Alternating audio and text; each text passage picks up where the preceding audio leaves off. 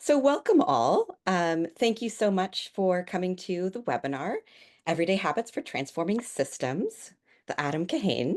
We're so happy to have you here. Um, it looks like folks are still filtering in, but we'll start up. So my name is Mairead Stewart. My pronouns are they, them. I work at Tamarack. Today I'll be helping with tech. So if you have any issues with your Zoom or have any questions about the webinar, please feel free to message me. I'd like to share a quick land acknowledgement. Now, I am joining from Treaty 13 territory, which is colonial known as Toronto. It is part of the Treaty 13 shared with Mississaugas of the Credit. And it's also shared with the Haudenosaunee Confederacy in the Dish with One Spoon Wampum Agreement. Um, I encourage you all to introduce yourselves and to share where you're coming from today. I'd also like to share our African ancestral acknowledgement. We acknowledge those who came here as settlers, as migrants either in this generation or in generations past, and those of us who came here involuntarily, particularly those brought to these lands as a result of the transatlantic slave trade and slavery. We pay tribute to those ancestors of African origin and descent. This acknowledgement is part of our commitment to contribute to dismantling systemic anti-Black racism, which has resulted in inequality for Black communities across Canada related to financial security, a sense of belonging, education, criminal justice, policy, and more. So this is a wonderfully attended webinar. Thank you all for coming.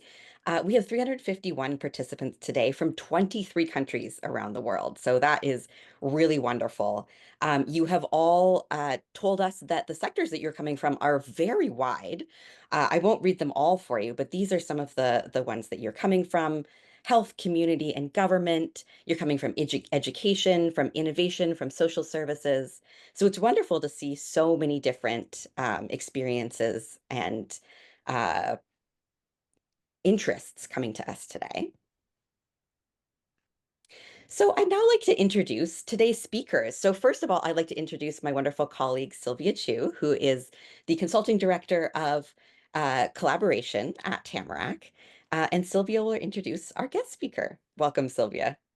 Thank you. Welcome, Adam. Welcome, everyone. Thrilled to have everyone here. And really keen to have you all join in exploring the everyday habits of transforming systems.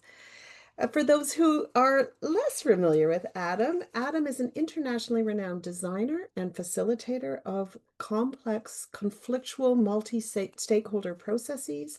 He is the director and I believe co-founder of Reos Partners, an international social enterprise of adaptive innovators, creative problem solvers who are dedicated to supporting sustainable and equitable progress on humanity's most crucial challenges. He has worked in more than 50 countries with executives, politicians, generals, guerrillas, civil servants, trade unionists, community activists, UN officials, clergy, and artists. And in 2022, he was awarded the Order of Canada in recognition of his work, building the capacity for peaceful progress worldwide. Adam, it is a thrill to welcome you to join us today and to take us on an exploration of the everyday habits of transforming systems. Over to you. Thank you. Thank you very much, Sylvia and Mairead. I'm joining you from the Netherlands. I am not normally in rooms with silk wallpaper and grand chandeliers, but I thought for the occasion I would. So thank you.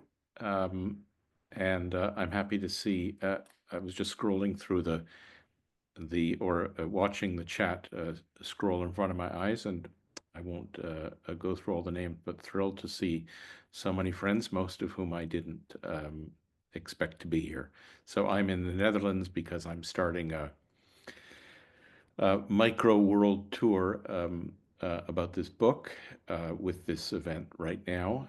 And I saw people from Berlin and Montreal and other places that I'll be over the coming months. So you can see that on my LinkedIn page. But happy to be with Tamarack again. We've done many things together over the years, and with you, Sylvia. Should I go straight in, Sylvia? Sorry, I have too many Yes, windows open to please know whether. do. Please Yes, do. okay. Yeah.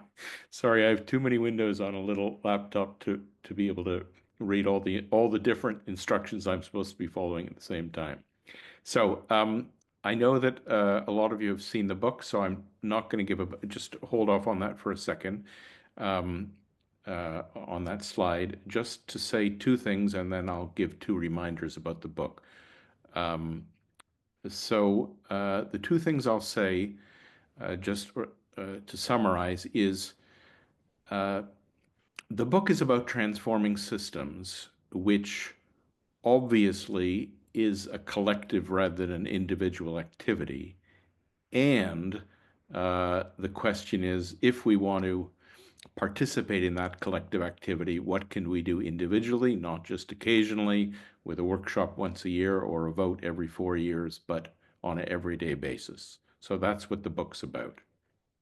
And the second thing I want to say by way of introduction is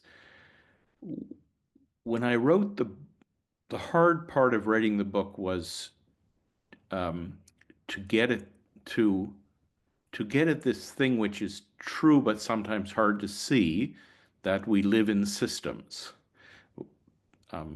Many people say that all the time, but it's not really obvious most of the time. And one of the gifts for me of the past months, a gift in inverted commas, is, to me, this is more obvious than it's ever been, that we live in systems that provide constraints and affordances, that these systems work well for some people and badly for others, that they've been built and can be rebuilt, that they can be transformed by blowing them up or by working with emerging cracks.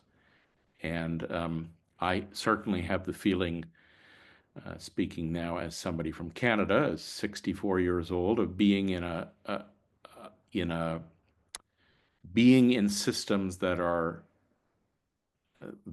more unstable than they've ever seemed in my lifetime, whether that's about climate or trade or politics or culture. So that's just by way of preface. And then this slide that Mairead has put up just summarizes the book. You'll know it's a simple book: introduction, 7 habits, conclusion.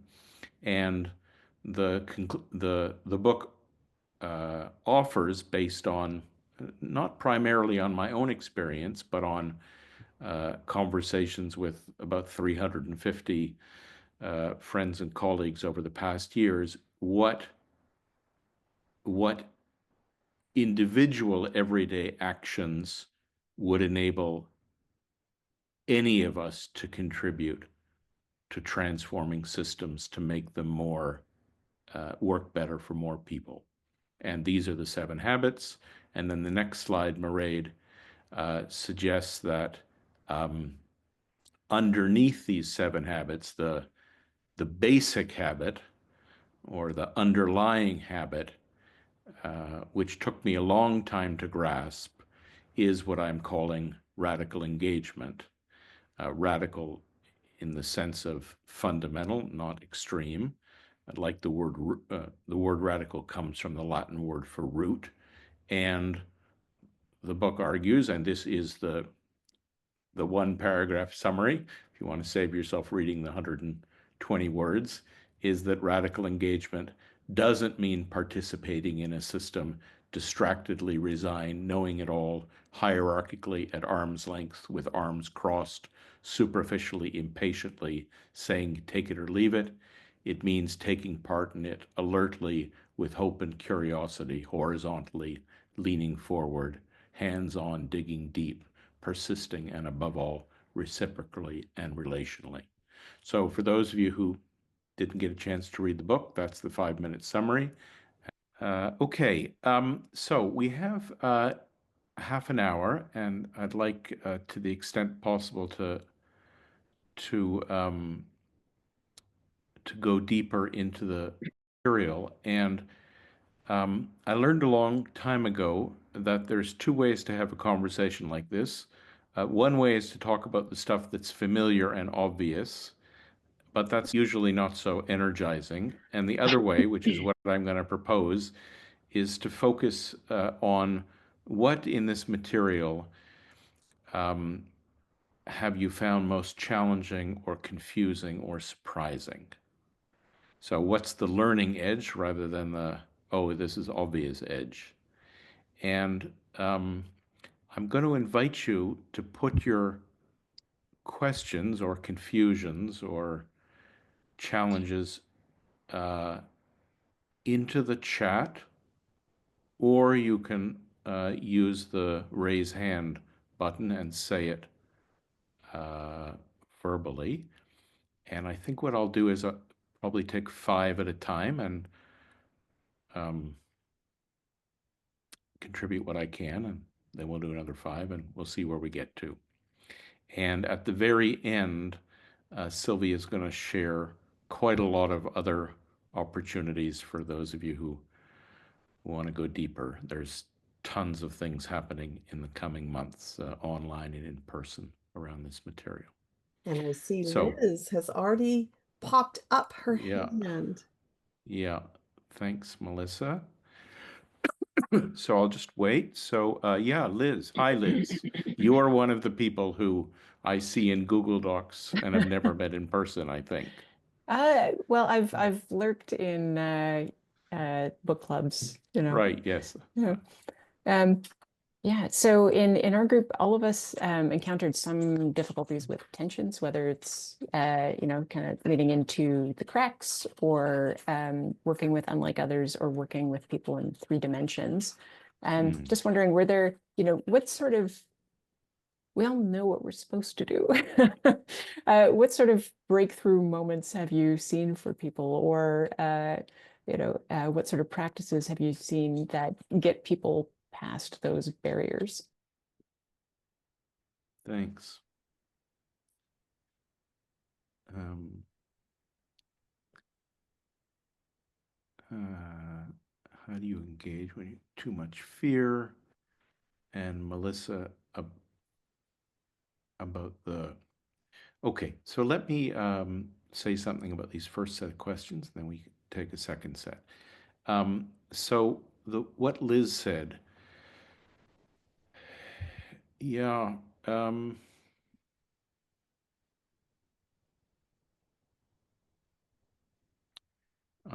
hesitating because Liz, I think you've already put your finger on the hardest part of this, which is that, well, at least speaking for myself, that yeah, it takes determination and courage to try to change how things are, and it's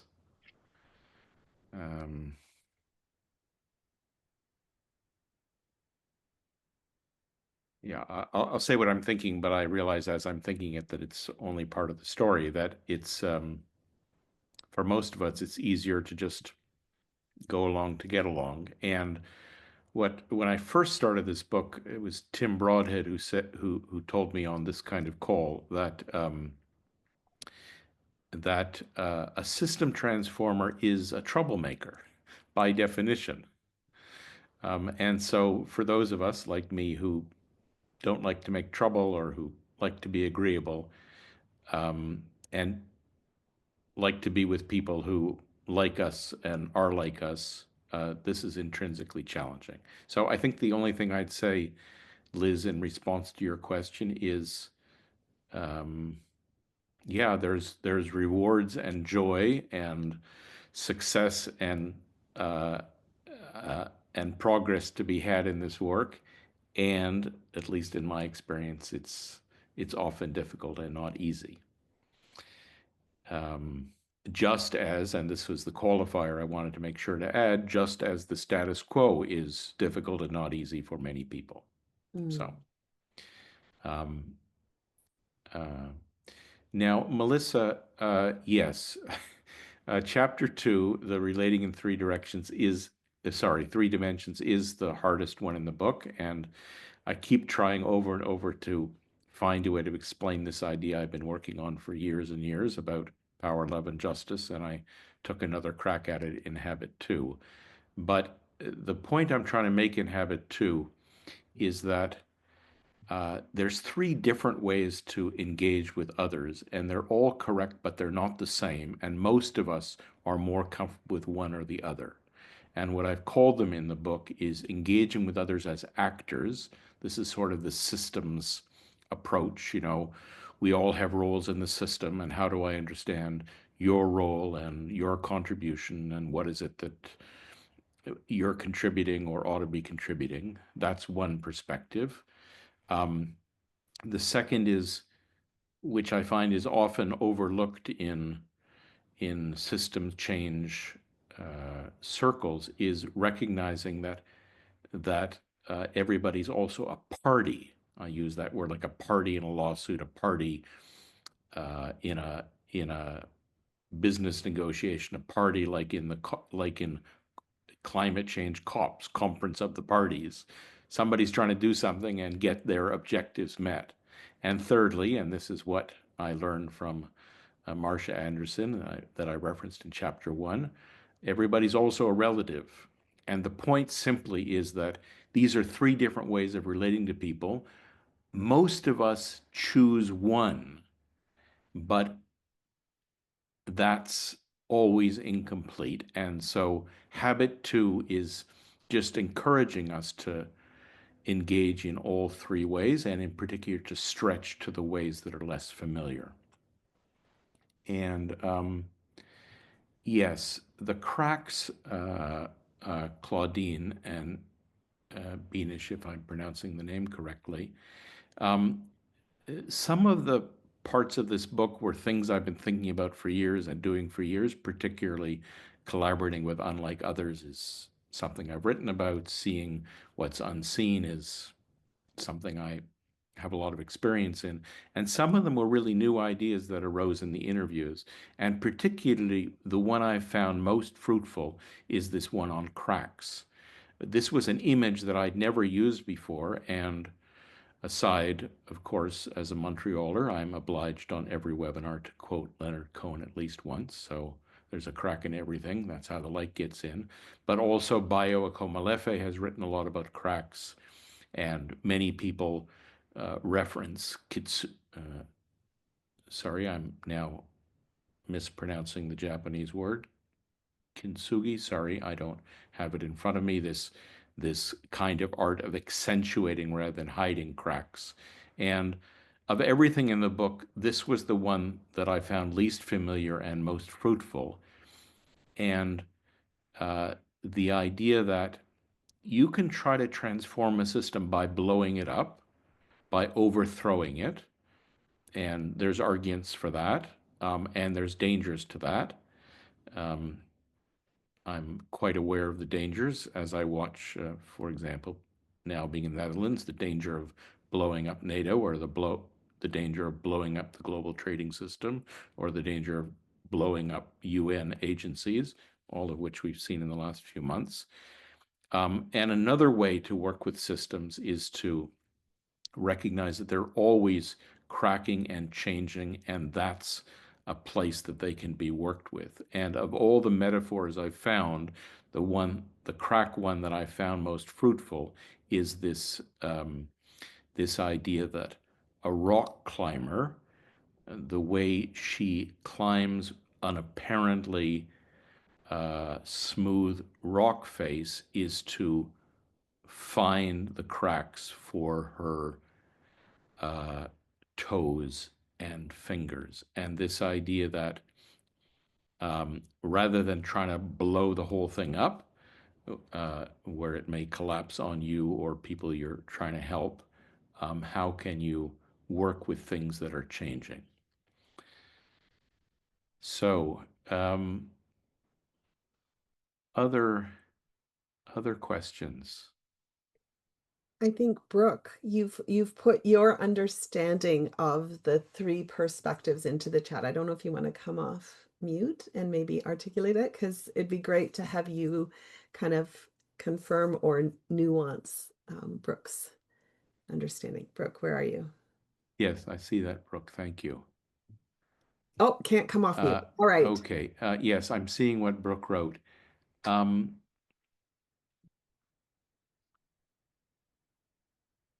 not quite, Brooke. Close, but or at least that's not quite what I mean. An actor is somebody who's playing a role in the system, like an actor in a play. They may be experiencing it differently than you, but we see them as role players or stakeholders. All of these words, actor, role player, stakeholder, all have that flavor or that orientation. A party is not necessarily opposed to you, but the key thing is they're a party with something they're trying to do. They have an interest. And those of you who've been on Tamarack webinars with me before, I've been banging on about this idea for a decade, ever since I wrote Power and Love, that the overlooking of power, the overlooking of self-interest, is the most common and most unhelpful uh, uh, or most commonly overlooked and really unhelpful blind spot in a lot of system change people. And yes, the third is kin, somebody whose fate is intrinsically tied to yours. And we're used to understanding the word kin for our immediate relatives, and Marsha Anderson, and more generally, the frequent First Nations invocation of all my relations in the US and Canada uh, um, reminds us that kin and relations go beyond our immediate family.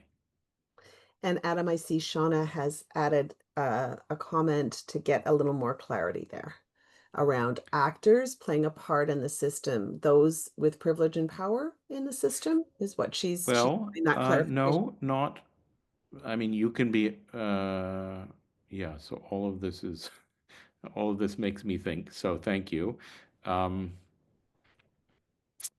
uh, with more power, with less power, with central roles, with peripheral roles, but it's thinking of people as actors in a system, as part. Sorry, this is a better way to put it. It's thinking of people essentially as parts of a larger whole. That's what actors mean. Thinking of people as wholes in themselves. That's what a party is. And thinking about people as relatives is the relationship amongst us. So now you know why this is such a difficult chapter and why I am still trying to find another way to say it. Yeah, thanks, Patricia. So yes, for all of you asking about question 2, thank you. It is the hardest one, but I keep working at it because I think it's really fruitful. So I the delicate balance between persevering and resting. Mhm. Yes, thank you. Weaknesses and strength. Yes. One of the reasons I like this weaknesses and strengths question is because many people find, as Patricia did or is noticing, that even in a group of 5, different people have different strengths and weaknesses. And that's great because, exactly as Patricia said, we can help each other and yeah, we can learn from each other and we can support each other. And yes, persevering and resting is attention. And I got that most clearly from the interview with Philip Atiba Solomon, the person I quote, who works on policing equity in the U.S., person I quote in that chapter 7, of recognizing that these are not, what he said is he recognized he was working on things, in this case, anti-Black racism in the United States, that people had been working on for generations, and he'd seen his elders burn themselves out and die young, and he was determined to to recognize how big he was working on and keep at it, but also pace himself. And as I say in the book, the signal of this is I sent him an email asking to interview him, and he answered me a year later because he was on parental leave. So I thought he was walking his talk. Beautiful. I see Petra has an interesting piece that she's put into the chat. Petra, I don't know if you can come off mute and maybe if you want to animate your comment or question a little bit more for Adam. Yeah, and feel free to put your hands up. Yeah, Sure. but go I ahead, mean, I'll Petra. just read Yeah, it. please, go ahead. Yeah, so I guess when thinking about good habits, I'm wondering also about some of the things that maybe haven't worked in my practice. And one of the things is that I know about myself is I have a tendency to really arm myself, use that terminology, with information. I think it's to make connections, but I wonder whether it's sort of a form of comfort and it can lead to getting stuck in non-action. So I don't know if there's anything that those who kind of have similar tendencies would do with the 7 habits to help overcome or help reflect, be more reflexive and reflective in our practice and being kind to ourselves at the same time, but also really understanding how we can look to the 7 habits as a guide, if that makes sense. So Anybody have a comment or a suggestion on what Petra said? The one that leaps out for me, Petra, is the question 3, looking for what's unseen. So what's surprising you after all your prep, right? After all the knowledge that you've put together, can you hold it lightly enough that you could hear or see someone bringing forward something that you would never have thought of? And how does that shift your understanding? That's what would come up for me, because I'm like you. I like to have lots of information and knowledge, but Yeah. being surprised by somebody else has always been such a big gift. Even if I get wobbly when I hear it in the moment. that's useful. Thank you. Anybody else want to say something verbally? Raise your hand with the raise hand button so we can hear you. What are you mulling over?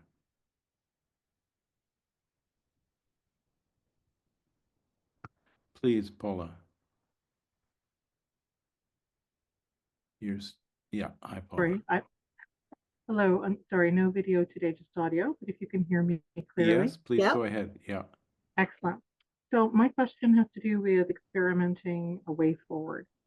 And then, so very often involves prototyping new ways of being or doing, feeling, or very often in combination of the 3.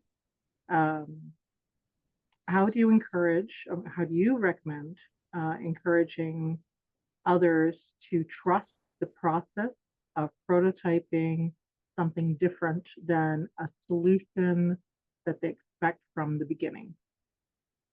People are used to certainty. Yeah. How do you encourage people to trust that in the uncertainty, all together, all heads prevailing, all hearts prevailing, will come, be able to prototype the solution that serves that group? Yeah. Thanks, Paula. I really have, speaking about that point and more generally, I personally have very little success convincing people to do anything at all that they don't want to do. Neither people I work with, nor my colleagues, nor my family members. So I've sort of given up on that. And what I found more fruitful, and I think it does apply to the question you asked is to help people notice when what they have been doing isn't working, and more specifically, when and how deciding what the solution is and just pushing it through sometimes works, but often doesn't. And particularly in systems work, we have all kinds of ideas about what ought to work, and some of them will, and most of them won't. So uh, it's uh, it's helping ourselves and our colleagues notice, yes, it would be great if we knew the solution before we started, but that hasn't worked for us so well in the past. So let's try it and see. My colleague Ian Prinsloo once said to me, when people reach a conclusion in a meeting, what that really means, more properly, is they have a hypothesis about what's true, but usually they won't know if it's true until they try it. And that's the spirit of the habit about experimenting a way forward. And there's a, yeah, there's an arrogance, if not a forcing, or to take the word of the month, bullying, to saying, I know what should be done here, and I'm just going to ram it through, regardless of the impact on others and regardless of whether it actually does work. We're seeing large-scale demonstrations of that phenomena often these days. Adam, Tracy Boyer has something intriguing in the chat that she wanted you to weigh in on around Oh, I narratives. see. Yeah, Yeah. Tracy, I don't know if you're here and Could you you want to say it, join. Tracy?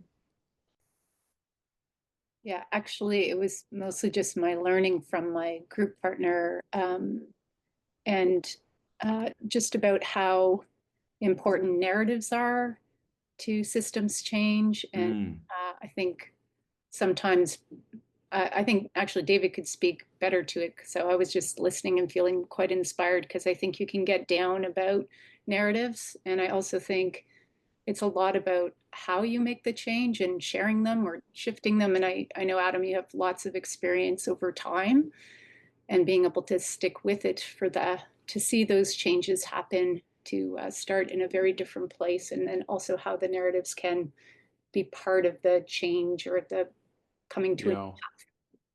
David, could you say what you said to Tracy so we could hear I it? Would you like noticed to that share with the David has rest? had to sign off, so Okay. he's not with us. Okay. So Tracy, I'll just say I'm not sure what David meant. I just from my own experience, and I'll go then to Geneviève. I've used narratives in two ways. One, this practice of scenarios, telling stories about what could be, which isn't necessarily what we wish was, but what we think could happen. And done a lot of that over the years and have found that to be useful. Having a shared set of multiple stories rather than everybody having one story or everybody having a different story. And secondly, of course, going up a level, what I'm trying to do in all of my books, including this one, is a narrative of it is possible to do this work. People do it all over the world all the time.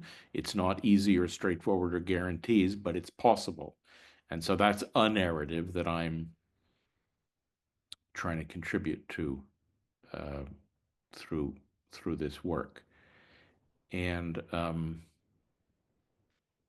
yeah, and I think somebody recently said this more elegantly that I'm going to butcher the quote, but that the pessimism is a luxury. Uh, uh, sorry, somebody said it more elegantly than that, but that the systems we have are really not, for many people, are not working at all and working less and less well. And so giving up or saying, oh, I just don't know what to do is a privileged position. And what I'm trying in this book to to offer is the idea that really literally any of us and all of us can contribute in our own way through this simple but not easy practice of engaging radically around us and finding the cracks. That it isn't about, I guess the book is the opposite of what's clear to me, the book is the opposite of I see everything, I know everything that needs to be done, I have the power to make everything happen, I'm just going to do it. So very few of us, if any of us, are in that position, and the book offers an alternative, if you will, a pragmatic alternative. So there you go. I didn't even know the book said that until Beautiful. you asked the question. Thank you. So we have Geneviève. about 1 minute, 2 Oh, minutes sorry. before we wrap. That's Sylvia. fine. That's fine. Go ahead. All right. Well, a quick bouncing on other of the ideas and talking about the cracks and what's unseen. Having like spending time talking about emotions through all these processes. Sometimes it can be seen as wasting time, but I think it is something that is very important for moving forward. And because, you know, we work and we grab a lot of information, a lot gives anxiety that if we're talking about the system, you know, like, how do we, you know, add more space for emotions and process them to move forward and stop being stuck and relate in different ways with people. So I was wondering. Merci Geneviève. Merci You're beaucoup. welcome. C'est très important. Yes, absolutely, for two reasons, I think, at least. One is that the emotions often contain hugely important information. It's one thing for me to say, you know, somebody's knocking on the door, and another thing to say, somebody's knocking on the door and I'm frightened. Those are two statements that I can work with in completely different ways. So the emotion is very helpful analytically, and also what's most personal is most universal. So this is how we connect to others as humans, the third way of relating, as kin, fellow human beings, which is crucial for this work. So yes, absolutely. Thank you. Sylvia, back I to you. feel terrible to be the one to wrap what feels like the beginning of a very rich conversation, quickly bringing it to an end. But fear not.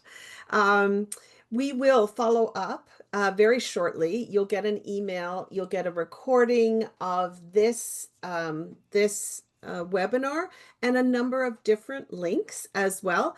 But a couple of things just to draw your attention to. One of the links is an Amazon link where if you've enjoyed this conversation and like I have enjoyed the book, please go and join me on Amazon and write a review of Adam's book.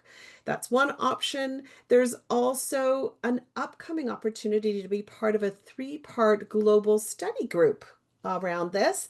And we were thinking just before the call, if you want to use that link and go on and put my name as the host, because you need to have a group of at least 12 to join, I'm sure we can put together a super group of many of us. So you don't have to pull together your own group necessarily. Opportunity to sign up for Reos Partners newsletter and visiting the website as well. And then final link, which we will include, is that there are a number of upcoming in-person book launches in many of the cities where we all live. So if you want to come on out and spend some time with Adam in person, that's also an option. Adam, thank you so very much in your busy life to have carved out this time to spend with us and think together with us and share your wisdom. Such a great gift. So appreciate it. Well, thank you. And I'm busy scribbling notes because you've helped me understand things I was saying that I didn't realize I was saying. So I appreciate it. Beautiful. Thanks, everyone, for your wisdom and your presence, and stay tuned. More to come.